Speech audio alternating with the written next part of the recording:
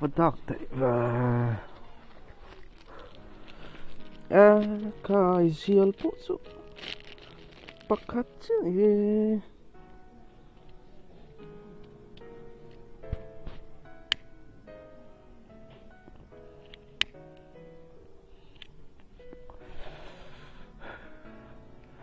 vật đọc tại và mình sinh phật bà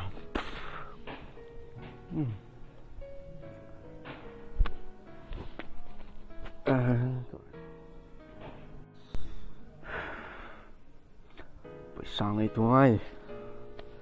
từ lúc chọn khải địch thế đó heo bà va là thế không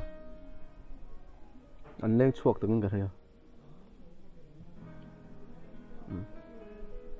cả lắm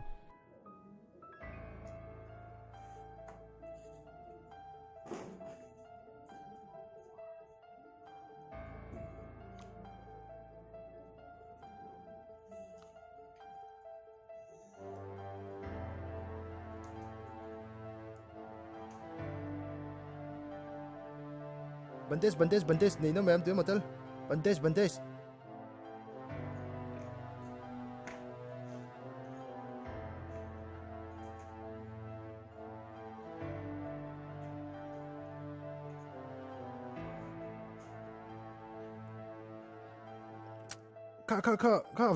Vele ma, kap tu chi. Even nep tu ta, Cabo. Bây giờ chăn về trên treo, tầm gì trên treo hay, về là mà, cặp tổ chi, even đẹp thôi cái tao đông, mặc, bây giờ về trên revive, anh một treo mà là, bây giờ revive về nua, anh mặc thấy cái đồ ha, Bandes, này nó mềm tuyệt mà tao. Bandes. Come on. Infant Zelo ta treo mà là cabro. Tiro. Biết không, pui về chuyện mặc cái tao mặc cái gì khó.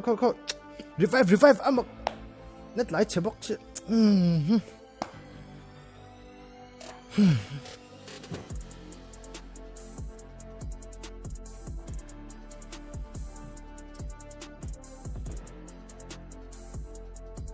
Ở đâu con lút thôi đó lóc cô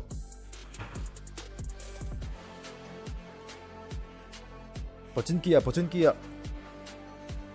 ngay rồi military trinh liên tục bỏ chân kia câu đu có chăm đó cái mà in fact except về trên cái treo các squad ni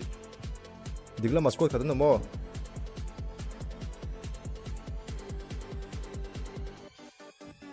sẽ là chút vang em lấy hơn á mặc thế cái đồ chụp về chứ dù cái độ để nó mà khăn in ngoài cặp rồi bản test bộ cái này là cái bộ chuẩn tiên về chứ gì thì lâu ít nhìn nó rong về mấy đồ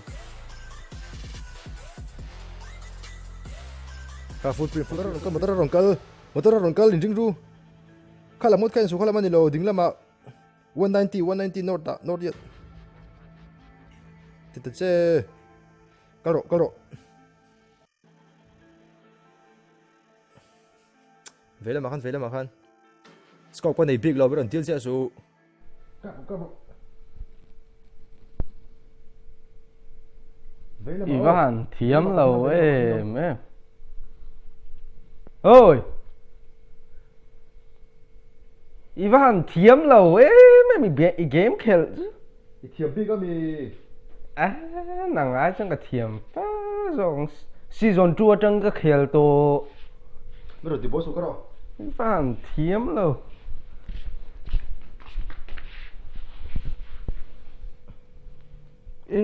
đứng là mà nôm Fleng rộ khát lâm trong han cả thủ chú ơi rồi Fleng rộ khát trong han và hẳn giấy lờ em bot tên này ha bot cáp bot này ha ôi cái nữa ôi Mình đâu revive rồi, mình đâu revive TU. khơi mò hơi ơi có đâu kẻ lăng cây man thiếm lâu nị ha khơi đâu là tệ Thiểm big là va. lâu anh đồn nhiều season 2 trong các khéo tôi tiếng small các pro tụi I'm the pro you know no phun cái bài vượt thì xong cái nghe ông gì thì xong cái kill đó chứ khơi lâu anh rồi chicken don lâu anh rồi tụi ngay khát bụi mấy chưa bị tụi ngay Thiểm thế. vậy thế ít thiểm ba nó khét lâu mà thiểm ba cái này thiểm lâu nó tụi cái này chính không cả lâu anh đâu mà ngày năm lâu tiếng chuyện chicken phương chú cây mà hiện mà xin phim khơi về ngay nó mà nị xong rồi rồi sao còn cái đó mày rồi sao còn sao mày xuống Vết thiếp về. cắn khe lồng ấy lâu bốn này lâu mà tiếng kia là lâu này lâu phim vấn đề sạ răng một tục Sủi khởi ngay bị thiếm lâu nó tục tiếng mà ngày năm lâu nị cái nào AI đi te mình về lại nằm bắt te po tro thật đó nó tục cắn khe láng trên đó đấy ngày năm lấy chuyện bay mà thiếm lâu mua phát và ngày năm cả đó phong thiểm về coi rap lao đúng không coi mình xuống rồi cái đó mình xuống rồi cái coi các phải chơi các mình đứng lên mi khai các bạn đứng lên mi khai cú va chú mới rồi xiêm tất xe cú va về chuyện mi ấy này cái đâu nó rây to xin chỉ này khác tấm nó tục số hay bạc chia đâm to này bạc chia đâm đứng lên mang phút mình có thể tính cái gì à tiếng Việt về thời vắng các anh lăng lô mi kia khang phút mình khai lâu phải về coi cú va chú cú va không mở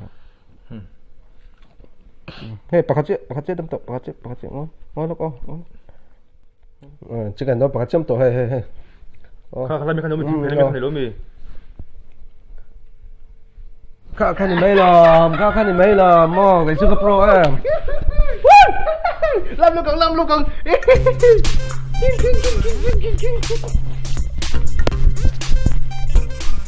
thấy khơi mình hey gì córon zorang chu cái tia cái mà mộ lâu cái ngã tụt cái tiếng cái độ bắt đầu này để rồi khơi mình cái tan này zu in nó tụt cái tia पैसा cái này luôn cái ngã nó tụt cái tiếng chứ mà cái ngã tụt cái mà mộ lâu sống ngay này ôi thế cái tim mi lâu tiếng mà cái chicken sọc chứ sống nó tức những cái về là cái sắc thôi mà tất giá là rồi cái gì giá này hay giá mà giá sống á cũng thấy thôi phải chứ cái này tụi lâu khá bác khá chúc ta deal về lâu chúa anh làm box có tụi nó hắn đi pro giọt nị lòng tới pro lâu không ta đi lâu khá chú mình khẩn quy lại phát rồi cái nào đi đang cái gì ấy cái đào sẵn hai lần chúa mình lâu ta sắp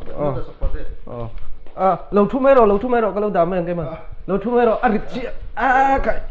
mò abur cái cái thằng nào mò cái lạc lại khăm mò nụ tê gas ha mà sẽ cái chung tê bula xoay bula đâu mò khát chặt hộp mấy mò rì đàn chú idu chú chơi về thầy thuốc bây giờ thằng mình sẽ cắt rồi anh đi chuan trái to xia mấy đó mình lại cái tia mình tổ mi bắp chứ trái to em hay thiếu te po chu lak ka du box trái to tu ka an strict chứ mà lâu lên lại hay cái này sẽ thấu thì nia lâu lên lại con này mang cho đây